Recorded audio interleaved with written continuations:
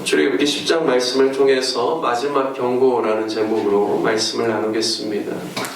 10가지 애굽에 내린 재앙 중에 오늘 우리가 읽은 10장 말씀은 8번째 메뚜기 재앙과 9번째 흑암 재앙을 기록하고 있습니다. 8번째 메뚜기 재앙을 하나님께서 모세를 통해 예고합니다. 5절 말씀에 보면 모세와 아론이 바로에게 들어가서 하나님의 메시지를 전하는데 메뚜기가 지면을 덮어서 사람이 땅을 볼 수 없을 정도로 하나님께서 무수한 메뚜기 떼를 보내시겠다라고 하십니다. 7번째 우박 재앙을 보내서 고센 땅을 제외하고 애굽 병내에 있는 밭에 있는 모든 채소가 다 망가졌고 또 9장 말씀에 보면 그때 보리와 삼이 상하였었고 밀과 쌀보리는 아직 자라지 아니한 때라라고 말씀하고 있습니다. 그런데 이번 이제 8번째 재앙은 그 남아있는 밀과 쌀보리 뿐만 아니라 또 메뚜기가 먹을 수 있는 들에 자라는 모든 나무까지 이제 다 먹을 것이다라고 이야기하죠. 정말로 이제는 애굽이 망할 일만 남았습니다.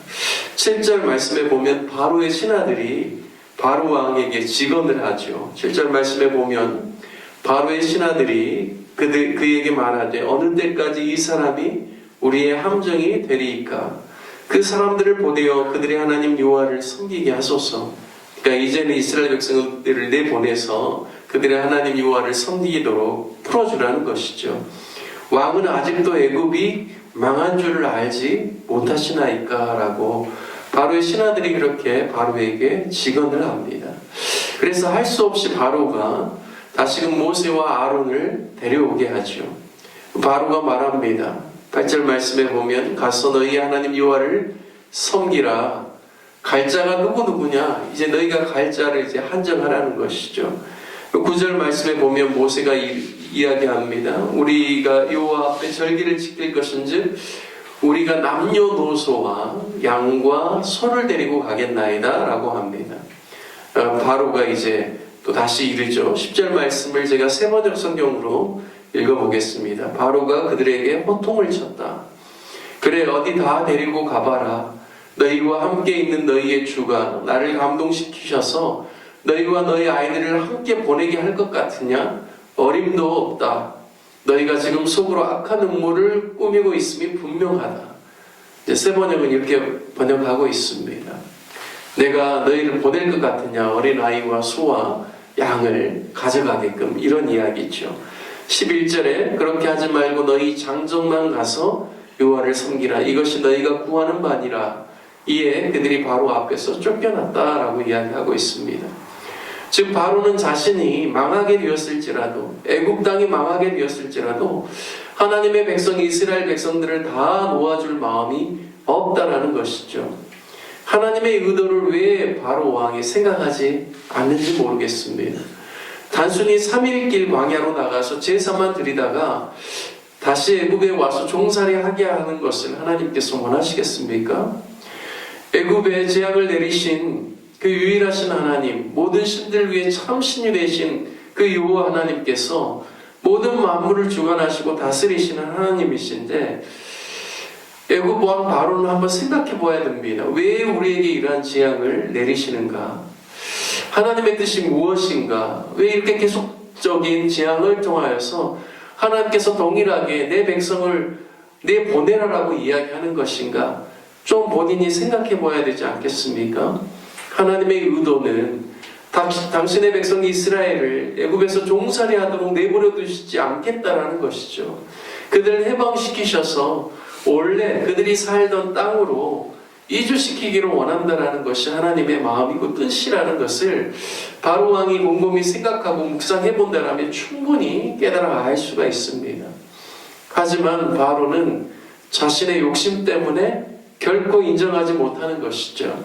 자신의 권력을 유지하고 비돔과 람셋의 국고성을 완공시키고 또 애굽 주변국들에 대한 강한 통치력을 유지하고 행사하기 위해서 자기들에게 엄청난 노동력을 제공하고 있는 히브리 민족을 이스라엘 민족을 결코 포기할 수 없다라는 그러한 생각이 저변에 깔려 있는 것입니다. 결국은 자신의 권력의 욕심과 자신의 욕심 때문에 하나님의 뜻을 깨닫지도 못하고 듣지도 못하고 계속해서 자기의 생각만을 고집함으로 말미암아 애굽이 망하고 있는 것입니다.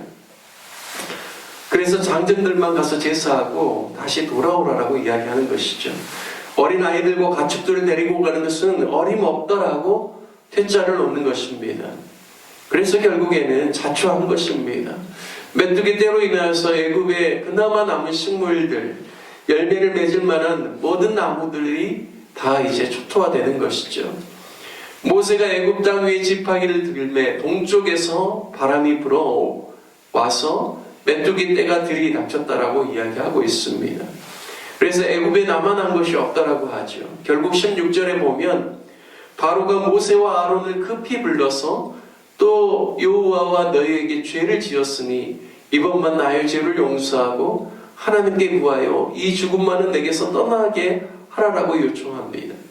어제 구장 말씀을 나누면서 참된 회개와 거짓된 회개에 대해서 이야기를 나눴습니다. 위기만 모면하려고 하는 것은 참된 그러한 회개가 아니죠. 하나님께서 원하시는 것은 하나님을 경외하고 하나님의 말씀을 그 마음에 담아두는 것이다라고 했습니다. 바로는 또 이러한 상황이 펼쳐지기 때문에 이 위기만을 모면하기 위해서 급히 모세와 아론을 부른 것입니다. 놀랍게 모세가 여호와께 구할 때 이번에는 서풍이 불어와서 메뚜기 떼를 홍해 쪽으로 몰아 넣게 됩니다. 그래서 정말 메뚜기 떼 중에 메뚜기 한 마리도 남지 아니하고 다 홍해에 이렇게 몰살되는 것이죠. 이제 문제가 해결되니까 바로의 마음이 또 완악하게 됩니다. 그래서 이번에는 9번째 재앙, 흑암 재앙을 만나게 되는 것이죠. 3일 동안 애굽을 흑암이 덮어서 완전히 태양을 가리워 버립니다. 애굽에 사람들이 섬기는 많은 신들이 있는데 그 신 중에 강력한 신으로 여기는 것이 태양신입니다. 태양신 라라고 하죠. 우리가 그 모세 영화를 최근에 이제 애니메이션으로 나온 람세스인가요? 네, 람세스. 이제 보통 학자들이 출애굽한 그때의 왕을 두 왕으로 이렇게 보는 견해가 있어요. 보통 애굽 제18왕조라고 하거든요. 그 중에 왕들 중에 한 왕, 그리고 아마 람세스는 19왕조, 그 후에 있는 그 두 왕 중에 한 사람이라고 하는데, 람세스는 그 두 번째 왕, 두 번째 추정하고 있는 이제 그것을 이제 배경으로 했거든요. 근데 그 람세스가 뭐냐면 태양신의 라에 관련된 거기에서 나온 이름이에요. 그래서 그만큼 태양신을 강력한 신으로 그들이 이렇게 섬기고 모셨는데, 보십시오. 하나님께서 그들이 그렇게 아주 능력 있다라고 여기는 그 태양을 하나님께서 애굽 안에 3일 동안 완전히 가려 버리십니다. 그래서 정말 참신이 누군가 여호와 하나님이시다라는 것을 그들에게 보여주는 것이죠. 결국에는 3일간의 어둠으로 말미암아 바로가 또 모세를 부릅니다. 이번에는 또 협상안을 제시하죠. 이제는 어린 아이까지 데리고 가는데 양과 소는 머물러 두라라고 합니다. 모세 입장에서 결코 양보할 수 없는 것이죠. 이에 바로 왕이 모세에게 너는 나를 떠나고 다시 내 얼굴을 보이지 말라. 내가 내 얼굴을 보는 날에는 죽으리라고 겁을 줍니다. 모세는 당당하게 당신이 말씀하시는 대로 내가 다시는 당신의 얼굴을 보지 않을 것이다라고 말하고 나아갑니다. 이 모세를 통하여서 하나님께서 계속해서 애굽 왕 바로에게 회개의 기회를 주고 있습니다. 물론 하나님께서 당신의 능력을 보이기 위해서 또 바로의 그 마음을 완강하게 했다라고 하지만, 바로가 자신의 측면에서 보면 그 완강함을 포기하지 않는 것이죠. 회개의 기회가 주어졌을 때 자신의 고집을 내려놓지 않고 계속해서 정말 고집하는 것입니다. 자신의 그러한 욕심과 야망을 포기하지 않는 것이죠. 참 회개의 기회가 주어졌을 때 자신의 고집을 내려놓고 하나님 앞에 두 손을 들어 올리고 나오는 것이 은혜요 축복임을 믿습니다. 가장 어리석고 비참한 인생은 어쩌면 하나님께서 회개의 기회를 주심에도 불구하고 그것을 붙잡지 아니하고 자신의 교만과 고집과 아집 때문에 그 기회를 걷어차는 인생이 가장 어리석은 또 비참한 인생이 될 것입니다. 오늘 바로에게 주시는 마지막 경고에도 불구하고 자신의 눈앞의 이익 때문에 하나님의 경고를 받아들이지 않냐는 어리석은 바로왕을 통해서 우리가 우리의 모든 상황과 환경 속에서 그냥 눈앞에 있는 이익을 따라 사는 인생이 아니라 늘 하나님의 말씀을 따라 살아가면서 정말 회개에 합당한 열매를 맺고 매일매일 주님 앞에 기도하고 주님의 은혜를 구하는 것이 하나님 앞에서 얼마나 복받은 인생의 삶인지를 깨닫고 매일매일의 삶 가운데 주님을 의지하는 저와 여러분 되시길 주님의 이름으로 축복합니다. 아멘. 회개에 대한 마음을 주시고 또 하나님께 회개하고 주님의 은혜를 구하고 매일매일 주님을 의지해서 살아가는 것이 하나님께서 우리 가운데 주는 놀라운 축복임을 믿고 저와 여러분이 오늘의 하루의 삶 가운데도 주님과 동행하며 주님이 주시는 은혜와 복을 누리시기를 주님의 이름으로 축원드립니다. 오늘 말씀 적용하며 기도하기를 원합니다. 하나님께 기도할 때 하나님 늘 우리의 고집 또 우리의 생각 또 눈앞에 보여지는 그냥 잠깐 순간의 어떤 이익을 따라서 사는 그러한 인생 되지 않게 하여 주시고 신실하신 하나님 붙잡고 매일매일 주님과 동행하며 또 회개의 마음을 가지고 겸손하고 주님 앞에서 귀한 그러한 낮은 마음으로 주님을 섬기고 살아가는 그런 인생 될 수 있도록 인도해 주시라고 기도하기를 원합니다. 특별히 우리 로뎀나무 교회를 위해서 기도할 때는 우리 교회 주변에 가난하고 소외된 주민들을 위해서 기도하기를 원합니다.